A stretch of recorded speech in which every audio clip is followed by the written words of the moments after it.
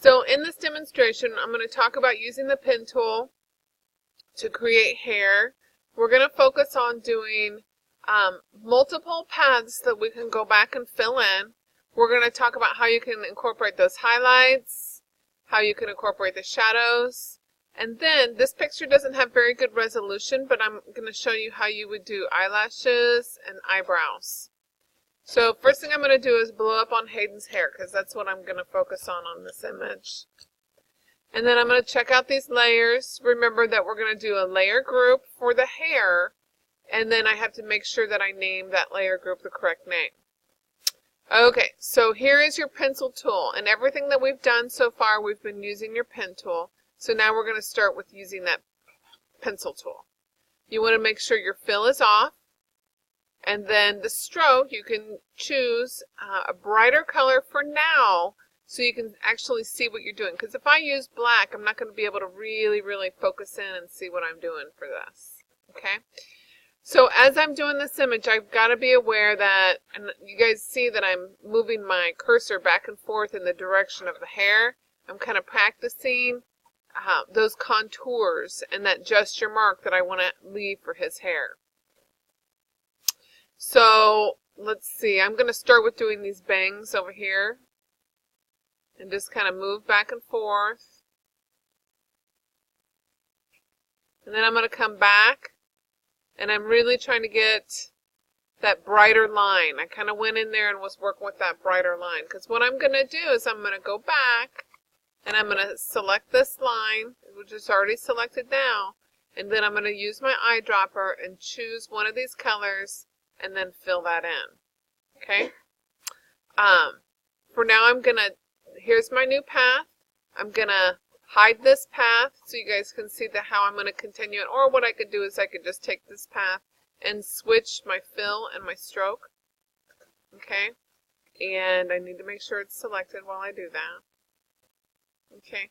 And then I'm going to use the pencil tool again. I need to deselect. I'm going to use the pencil tool again. And I'm going to make my stroke a different color so I can really see what I'm doing. And now I'm going to go in and capture some of the darker areas.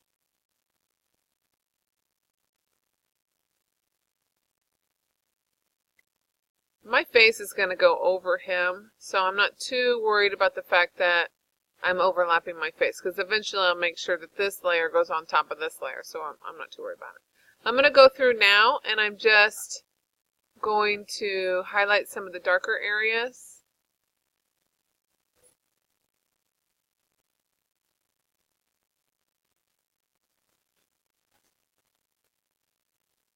Okay, did you see how that path just disappeared? What I have to do is I have to make sure that I deselect in between. Okay? So know what your shortcuts are when you do this. Shortcut for your pencil tool is N. Shortcut for your selection tool is V.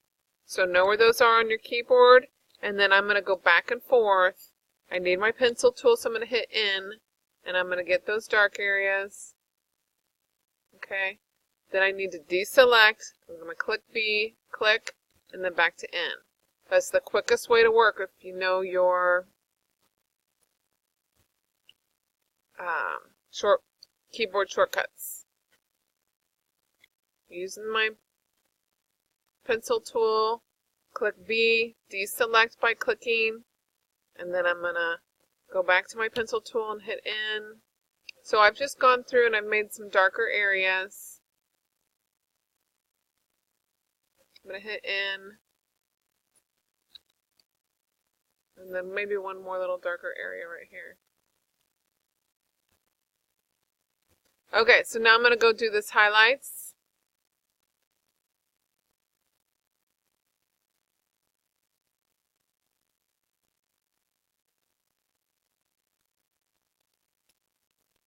I clicked V, clicking the artboard to deselect, hit N. Okay, click V, artboard, N. And then those are the highlights that I want to have. So now what I'm going to do is I'm going to go through and get the other part of the hair, which will be basically serve as the background for the hair. Okay, so here's my pencil tool, and you can use your regular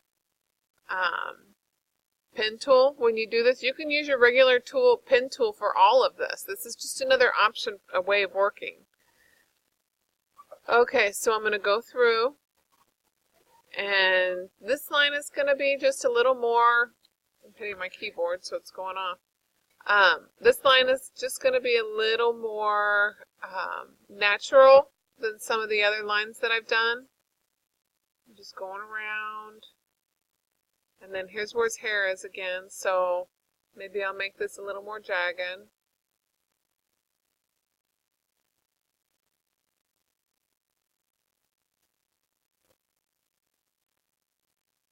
And come back around. And this is pretty much going to serve as the basic color, the basic background color. Alright? So, let's go through and select all of the layers that I just made. And I'm going to actually use my layers panel to create those selections. Press and hold Shift on your keyboard. Click the little blue square so that I can select all of these objects. Okay, those are all the paths that I made. Now I'm going to go to Object, Group. So now this is one big group. Double click the name so you can easily find it again. I'm going to write hair. Okay. And then I can expand the group by clicking the arrow. And now, let's see, let's deselect, and I'm going to start with whatever I think is going to be the most forward. You got to use your direct selection tool because it's a group now. Now you have to use your direct selection tool to select things. So I'm going to start with this path here. And then take the stroke off, click the fill, use your eyedropper tool, and then select a hue that you think you want to use for your highlight. And for now, I guess this is okay, but now I need to take this path and make sure it's up towards the top. Then I'm going to go through and select the different paths on here. The stroke needs to be off. I'm going to click on the fill to make it forward. Hit that eyedropper tool. Color it. Okay. Alright. So, now I'm going to start with some of these shadows. Here's a little shadow over here. I'm going to move it. Stroke is off. Fill is forward. Click the eyedropper tool. And now that I have this path set, I'm going to show you a quick and easy trick to get the rest of it. Other little areas that I want to look just like this particular area, what I can do after I move that forward, I can just easily grab that eyedropper tool and then select a path that I want it to look just like, and that kind of eliminates a couple steps for me. Did you guys see that? Alright, so click my selection tool, and I want this little shadow to look just like these other two shadows. I'm going to move it forward. I'm going to use my eyedropper tool, and then I'm going to select this area, and then that automatically takes the stroke away and then colors it exactly the same color as that. That way I don't have 50 million different colors and different shades going on. Okay, I'm going to click this little area, move it forward.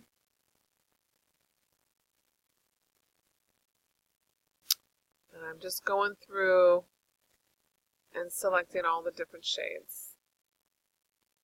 Let's see, this area right here, I'm going to make it, I think actually I'm going to make this like a medium tone, like right here. And it's got a combination of shades, but I think this is more of a medium tone, like right here. So I'm going to move this path forward and then use that eyedropper tool and make it the same tone as this tone here.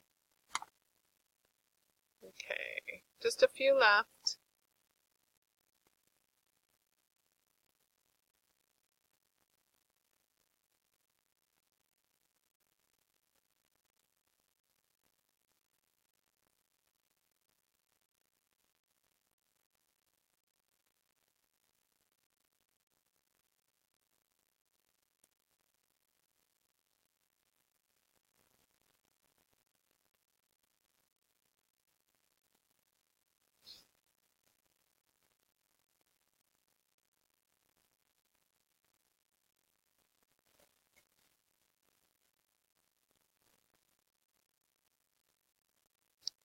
let's see.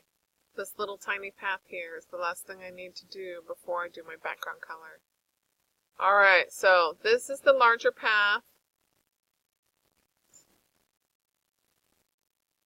that covers the entire hair area.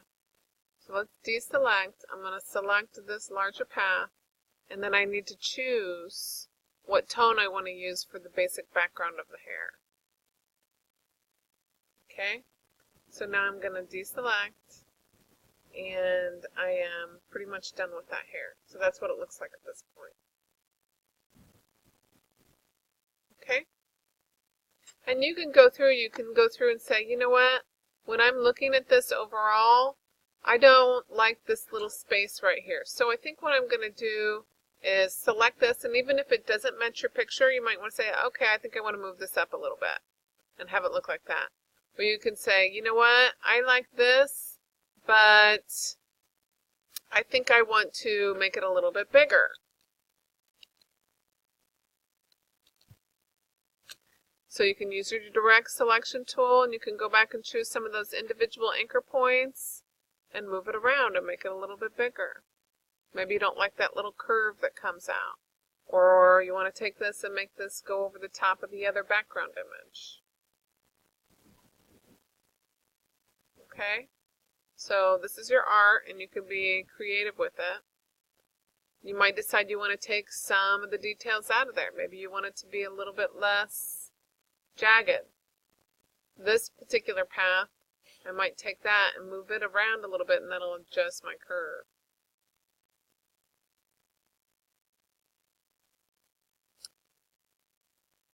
Let's look at it. So that's where I'm at this point.